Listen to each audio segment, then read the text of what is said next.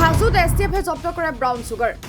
SP কল্যাণ পাঠকৰ নেতৃত্বত ড্ৰাগছ বিৰোধী অভিযান STFৰ দলে খেদি কৰায়ত্ব কৰে সৰবৰাহকাৰীটোৰ পৰা জব্দ 41টা ড্ৰাগছ ভৰ্তি কণ্টেইনাৰ জব্দকৃত ড্ৰাগছখিনিৰ মূল্য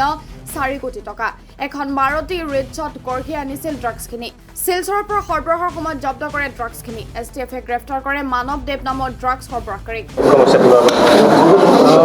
এইটো বস্তু এনেকুৱা আছিল STFৰ হাতত আমাৰ এটা তথ্য আছিল যে এখন মাৰুতি ৰিটছ ভেহিকেল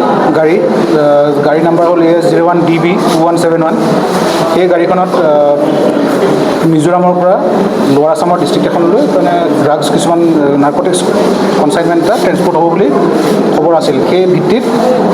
আমি আজি পাখামেলা চকত গাড়ীখন ইণ্টাৰচেপ্ট কৰি পেলাই যেতিয়া বনেট মানে মানুহজনক যিজন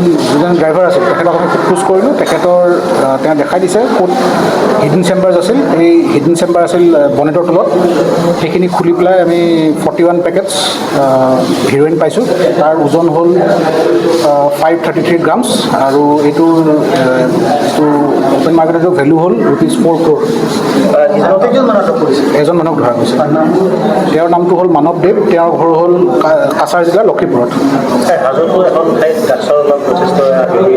তথ্যভিত্তিক হ'ব এইটো তথ্য যেনেকৈ তথ্য পোৱা যায় সেই হিচাপে আমাৰ হাজোৰ পৰা জাহিৰুল ইছলামৰ ৰিপৰ্ট নিউজ MD